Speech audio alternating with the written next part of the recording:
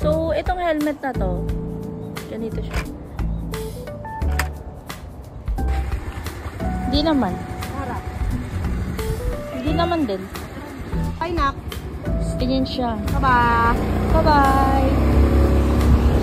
Pusa talaga namin siya, kaso naglalandi siya, so pinalabas namin. Eh, sinisira niya kasi yung kulungan niya. Sinisira niya yung kulungan niya, kaya ang ginawa namin, pinakawalan namin siya. Mas enjoy naman siya sa labas, yun nga lang, kung bago-bago, saan tayo dadaan? Ay, dyan pala tayo. Nung bago-bago, ano to man? Yung, siyempre bago siya dyan, tapos may iba. Inaaway. Nakita ko. Inaaway siya nung mga, tawag dito, inaaway siya nung mga pusa. Inaaway niya. Ay, inaaway niya. Inaaway siya. Ang kagalingan nito, umuwi naman siya pag gutom siya. Tapos, nauwi siya, may mga bangas na yung mukha niya. Pasagulero na siya. Saka hindi na bumabalik yung mga pusa niya. Yan, hindi na bumabalik yung mga ibang pusa kasi parang ang Territorio thinking siguro nila, siya talaga yung taga dyan. Dahil, eto si Loki Boy ay alaga talaga namin siya before pa sa Manila, sa QC pa. Then, sinama namin siya dyan. Since, syempre, alaga nga namin siya. Tapos, ever since na lumipat kami dito sa Bulacan is, nandun lang siya sa may kulungan. So, ngayon lang siya talaga nakalabas. So, ngayon, enjoy siya sa labas. Then, every time nagutom siya, may pagkain naman siya sa labas. And, I think mas okay. Kasi, nakakapag-roam around siya. Hindi niya sinisira yung kulungan. Then, kapag lalaki, humihingi. Yeah, pag lalaki kasi, yung san-san din ihi niyan eh. Kaya, yun lang. So, ngayon, pupunta kami sa Plaridel, Bulacan. Kanino ko nag-explain? Hindi ko nga rin alam eh. Ganyan ba ako nag-explain? Eh, sa'yo! Ayan. Tawag dito, pupuntahan ko yung kuya ko. Tapos, dadalaw lang. And then later, uwi din ako agad. Kasi nandun mama. Kasi nandun si mama, dumalaw din. So, si mama is from Malabon. Nag-commute lang siya. Hindi na siya nakapunta dito, syempre. Parang ako na lang pupunta sa kanya. Tapos, uuwi din siya by Friday. So, yun lang. Bye!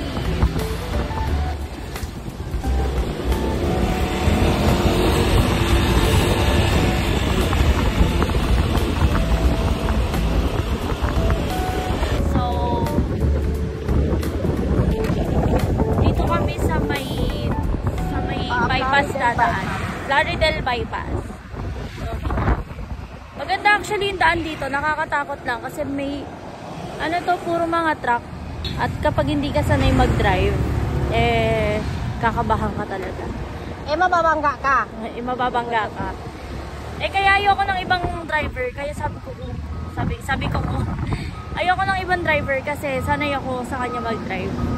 Kapag hindi niya ako makatid, magdadasal na lang ako. Magdadasal na lang ako. Yun na lang talaga ang patabang ko. Papakita ko sa inyo yung daan mamaya para makita niyo yung sinasabi ko, nakakatakot. Grabe yung buhangin. Kaya nga. Ayan, ito na yung nakakatakot. Kasi may mga galing NLEX pa ata, no, mahal? Ito, magandahan nito. Maluwag yung daan. Hindi ka sa looban ni dadaan. It's just that, siya, yun nga, maraming sasakyan, tapos ang bibilis. Yun lang talaga.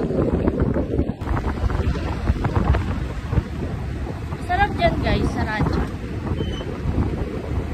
Actually, dami kayo nandito eh. Dapat ka.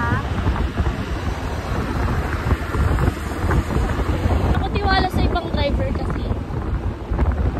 Tsaka mas komportable ako kapag siya yung nagda-drive. Kasi safe siya mag-drive. Pay 500 ah. Ilang minutes tayo, mahal? 12 minutes.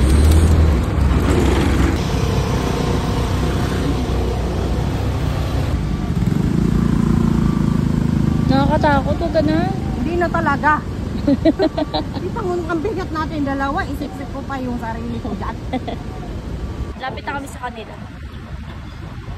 Wala man lang signal yung ambulansya, kala ko.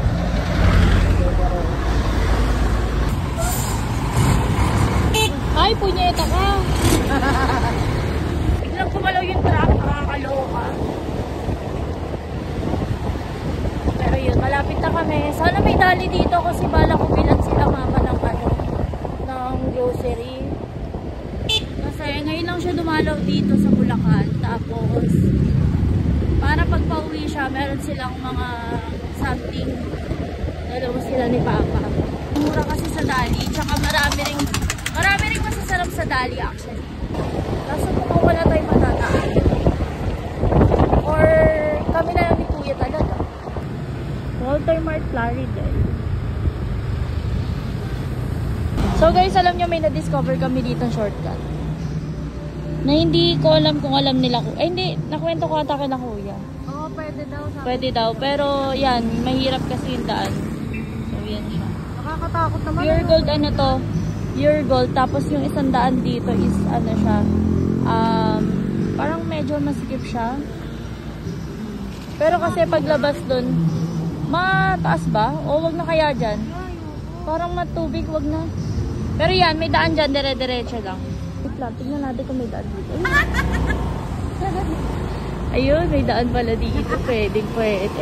Tapos dun tayo dadaan, Sa may... kanan, sa kanan. So, Taas naman. Taas naman. Okay. Sana ako dadaan.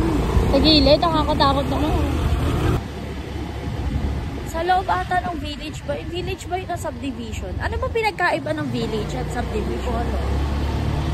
Subdivision, pang mayaman ba? Di ba may ganun? Di ko alam, pero di ko rin alam ang tawag nila Kuya. Basta maayos na ano siya eh. Baka village, pero di ko alam. Papalibre tayo ng kape kay Kuya. Ay hindi, magpapagawa tayo ng kape kay Kuya. Ay kaso baka di ako makatulog. Medyo malapit-lapit na tayo.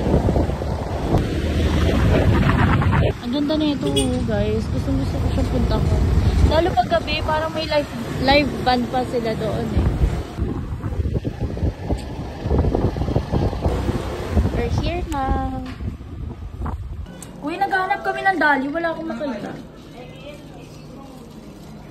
May dala kaming saging. Bigay ito ng kapitbahay. Thank you po.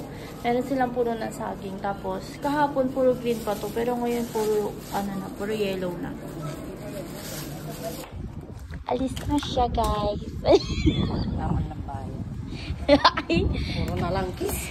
Kiss na nga ang bayad. Kiss lang. Hindi man nakabusog yan. Bye-bye. Thank you. See you later. Ingat ka ha. Huwag masyado mabilis. Dito? Pwede ka umikat dito. Pero dyan ka na lang ulit. Bye-bye. Love you. Bye-bye. Ingat.